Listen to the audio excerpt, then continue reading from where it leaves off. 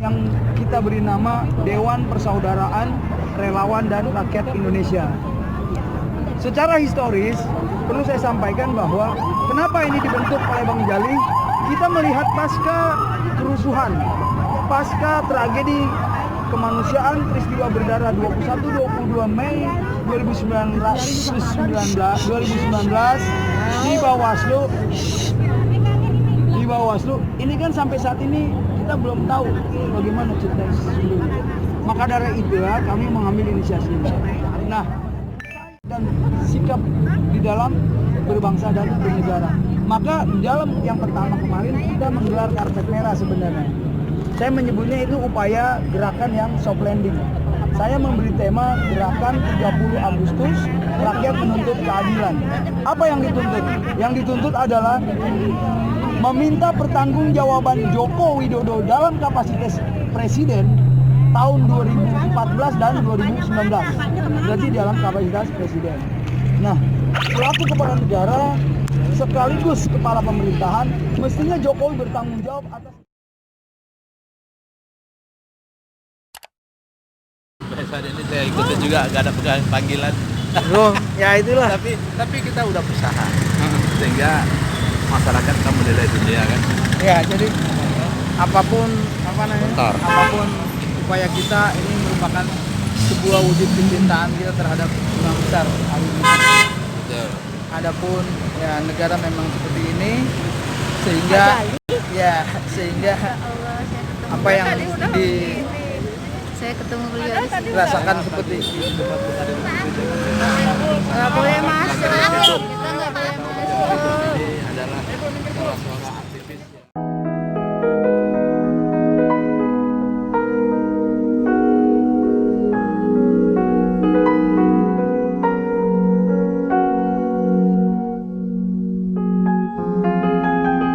Jadi gini, kita hadir bersama emak-emak dan teman-teman lain sebagai wujud kecintaan kita kepada Habibana Imam Besar Habib Rizik Syihab. Secara pribadi, saya sebagai warga negara yang baik menyampaikan rasa kekecewaan yang dalam, sangat dalam, di mana kami tidak bisa mengikuti jalannya persidangan. Kami tidak akan melakukan intervensi apapun kepada institusi peradilan.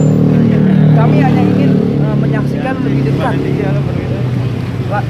jalannya proses persidangan pra peradilan terhadap Imam Besar kita Habibana Rizik Syihab pada hari ini, hari Senin 4 Januari. Maksud kedatangan kami ke sini adalah bahwa ingin memastikan seperti apa proses peradilan penegakan hukum di negeri yang kita cintai. Iya, benar.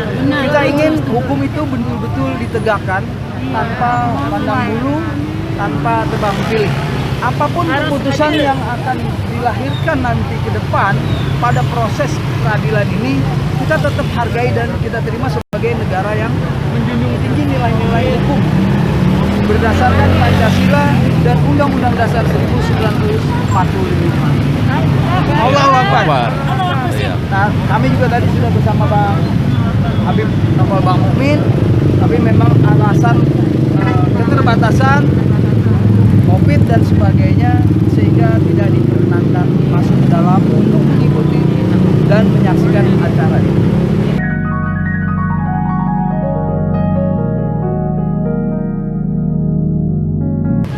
Oh, sangat penting. Terlepas dari dugaan apakah beliau salah atau tidak, ini kan baru prasangka, praduga. Kita mengambil hukum positif, ajas praduga tak bersalah. Nah, kami sebagai orang-orang yang mencintai ulama, di mana ulama adalah warasatul anbiya, sebagai mukmin keimanan kami tinggi. Apakah kita masih mencintai ulama kita atau tidak? Betul Ibu ya? Betul ya?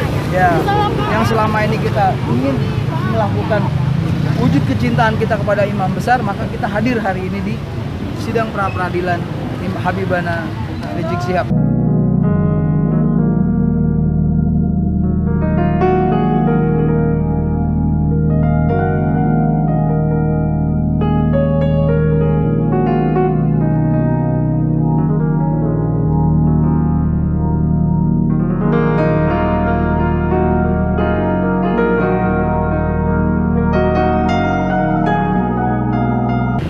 masih dalam proses perkembangan.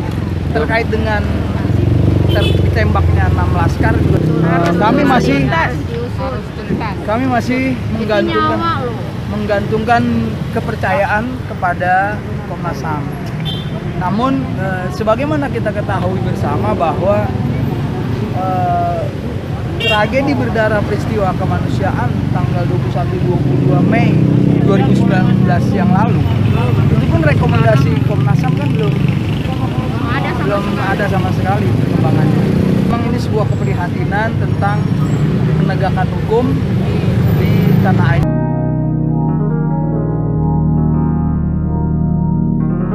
Saya tidak berani menduga-duga karena proses ini kan masih berjalan.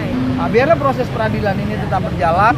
Pra-peradilan ini kan menggugat tentang mungkin diduga adanya ini prosedur tentang penahanan, tentang apa dan sebagainya.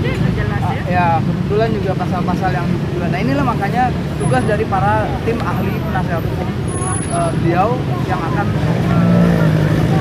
menyampaikan keberatan-keberatannya di dalam proses pra-peradilan ini.